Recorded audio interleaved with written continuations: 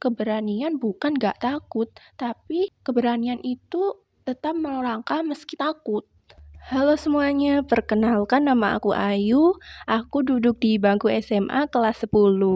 Jadi di video ini aku mau ngebahas soal berani keluar dari zona nyaman itu bisa dilatih. Yang pertama, anggap itu sebagai eksperimen. Coba ubah cara pandangmu. Apapun yang mau kamu lakukan, ngomong di depan orang, mulai konten, daftar lomba, pindah lingkungan, ambil keputusan, ambil kesempatan, anggap itu eksperimen. Dalam eksperimen gak ada istilah gagal total, yang ada hasil. Kalau ada hal buruk yang terjadi, kalau kamu malu, kalau orang ngetawain kamu, kalau ada yang nganggep kamu aneh, itu wajar. Orang yang ngetawain kamu percaya deh, mereka juga pernah ada di fase kamu. Mereka juga pernah salah, mereka pernah diketawain karena mereka manusia, sama kayak kamu. Dalam eksperimen di lab kimia misalnya, kalau zatnya meledak, ilmuwannya nggak nangis sambil bilang, aku bodoh, aku nggak berbakat. Mereka akan bilang, oke, berarti penyebabnya ini. Jangan diulangi lagi percobaan di berikutnya.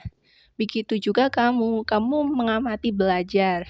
Kamu mengamati, belajar, memperbaiki. Bahkan kalau kamu gagal berkali-kali, 2 kali, 3 kali, sampai 5 kali, sejujurnya kamu pantas bangga. Kenapa? Karena meski gagal, kamu masih mau mencoba. Dan itu bukan kelemahan, itu keberanian. Anggap semua hal baru yang kamu coba itu bukan ujian hidup, tapi percobaan. Kenapa ini penting?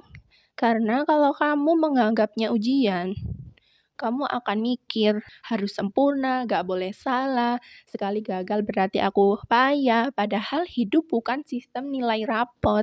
Saat kamu bereksperimen, kamu akan otomatis mengizinkan diri untuk salah, canggung, belum jago, belum rapi, dan itu normal. Dalam eksperimen, bahkan kesalahan itu data. Data buat kamu tahu bagaimana yang perlu diperbaiki, cara mana yang gak cocok, pendekatan mana yang harus diubah. Makanya, jangan bilang ke diri sendiri, aku gagal. Ganti dengan, oke, berarti caranya bukan ini. Dan satu hal penting, kalau kamu gagal berkali-kali, itu bukan tanda kamu bodoh, tapi tanda kamu belum berhenti. Orang yang benar-benar kalah adalah orang yang berhenti mencoba, bukan yang gagal berkali-kali. Yang kedua, pilih omongan mana yang kamu masukkan ke hati.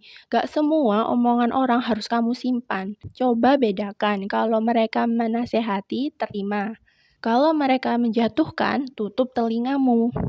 Sesimpel itu, tapi memang gak mudah. Kamu pasti bisa membedakan mana kritik yang niat membangun dan mana yang cuma pengen bikin kamu merasa kecil. Dan ingat satu hal penting, kesehatan mentalmu lebih berharga daripada pendapat orang, bahkan gak peduli sama masa depanmu. Aku pernah dengar kalimat dari motivator, kurang lebih bunyinya kayak gini. Bahkan saat kamu gak ngapa-ngapain, orang yang gak suka kamu akan tetap menganggap kamu salah. Tapi saat kamu berbuat salah, orang yang memang mencintai kamu tidak akan menghinamu. Mereka akan malah menasehatimu saat kamu salah.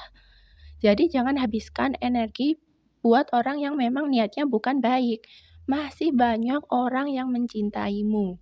Dekatlah ke mereka. Kamu harus sadar satu hal, tidak semua orang layak punya akses ke kamu, akses ke perasaanmu. Kalau kamu buka hati ke semua omongan orang, kamu akan capek sendiri.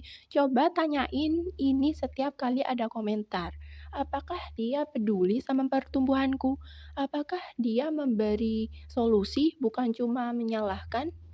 Apakah ucapannya membuatku berpikir lebih baik, bukan merasa lebih kecil? Kalau jawabannya tidak, kamu nggak wajib mendengarkan. Dan itu penting, menutup telinga dari ucapan buruk bukan berarti kamu lemah. Itu tanda kamu punya batasan yang sehat. Orang-orang yang benar-benar kuat bukan yang tahan dihina, tapi yang tahu kapan harus melindungi diri. Fokus ke suara yang membangun dan biarkan suara yang menjatuhkan mati karena tidak mau memberi perhatian. Yang ketiga, peka ke diri sendiri. Jangan keras ke diri sendiri. Keberanian bukan cuma soal nekat, tapi juga soal peka. Peka saat kamu sedih, peka saat kamu takut, cemas, saat kamu marah. Jangan diabaikan. Saat perasaan itu datang, coba berhenti sebentar. Ambil kertas atau buka catatan di HP, tulis minimal satu paragraf tentang apa yang kamu rasakan. Lalu tanyakan ke diri sendiri, kalau aku lagi ngerasain ini, apa yang sebenarnya aku butuhkan? Kalau kamu gak tahu jawabannya, coba balik pertanyaannya. Apa yang akan aku lakukan kalau orang yang paling aku sayang lagi ngerasa hal ini? Jawaban itu biasanya adalah kebutuhan emosionalmu sendiri. Ini penting karena saat mentalmu terganggu, kamu akan lebih takut ambil resiko, lebih ragu coba hal baru, lebih mudah nyalahin diri sendiri. Akhirnya, kamu muter di lingkaran yang sama, lingkaran yang bikin kamu sulit berkembang. Kadang kamu ngerasa aku lemah, aku gak berani, aku gak bisa apa-apa. Padahal bisa jadi bukan karena kamu lemah, tapi karena mentalmu lagi capek. Banyak orang gagal keluar dari zona nyaman bukan karena malas, tapi karena emosinya tidak terurus. Kamu gak bisa minta diri kamu berani terus. Kalau hatimu lelah, cemas, merasa sendirian, penuh tekanan, makanya penting untuk peka. Saat kamu merasa takut mencoba sesuatu, jangan langsung menyalahkan diri. Tanya pelan-pelan, apa aku sebenarnya lagi butuh istirahat? Atau aku butuh diyakinkan? Atau aku cuma takut karena ini hal baru? Dengan menulis perasaanmu, kamu memberi ruang untuk dirimu sendiri bernafas.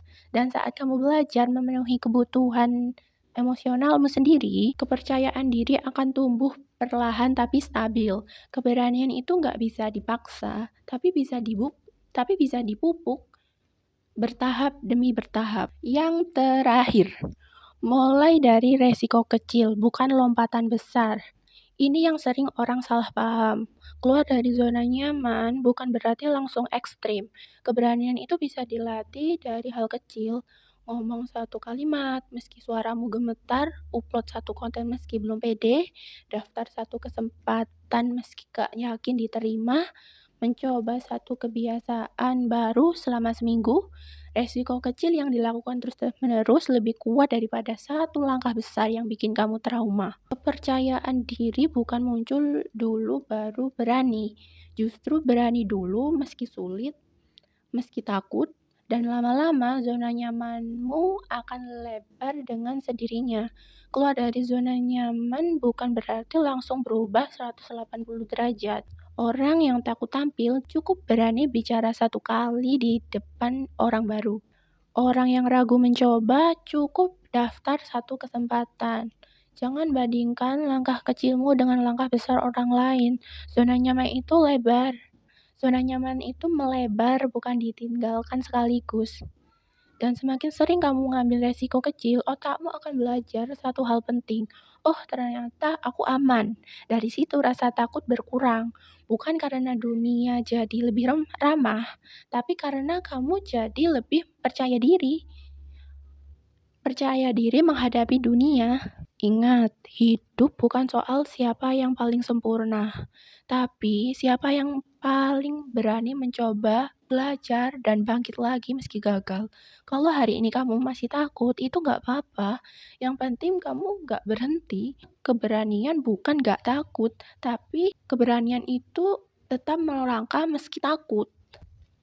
Jadi sekian dulu dari video ini, semoga bermanfaat dan mohon maaf jika ada salah kata. Terima kasih dan sampai jumpa.